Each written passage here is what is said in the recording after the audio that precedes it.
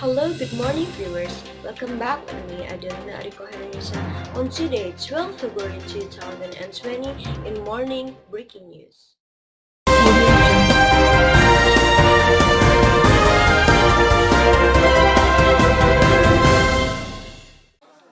Stung by outcry over Wuhan's overcrowded hospitals and doctors struggling without resources, Beijing tries to show it's in control of the epidemic consuming this country.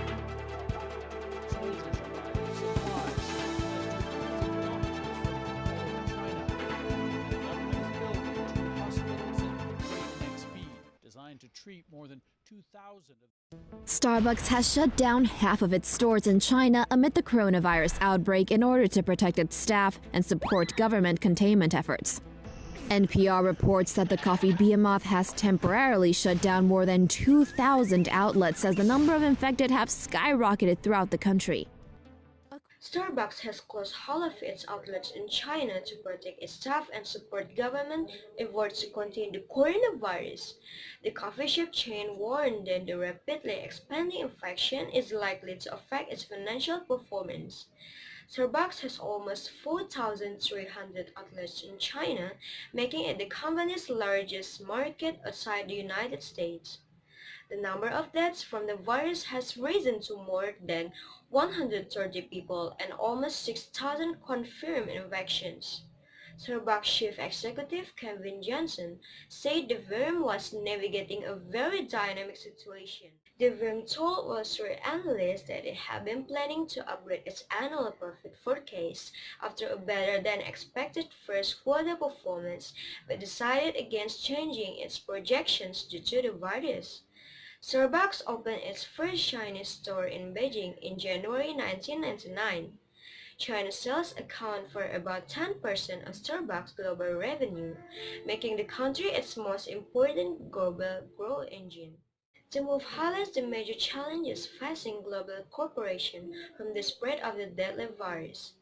Apple boss Tim Cook has said his company is closely monitoring the coronavirus outbreak, which has clouded its forecast for the upcoming quarter.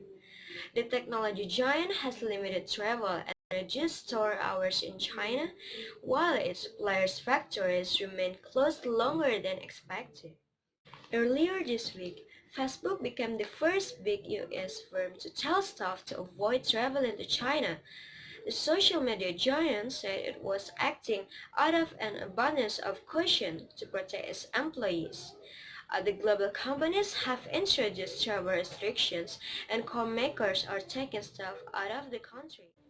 Toyota said on Wednesday that its production plants in China will stay closed until 9 February in response to the coronavirus.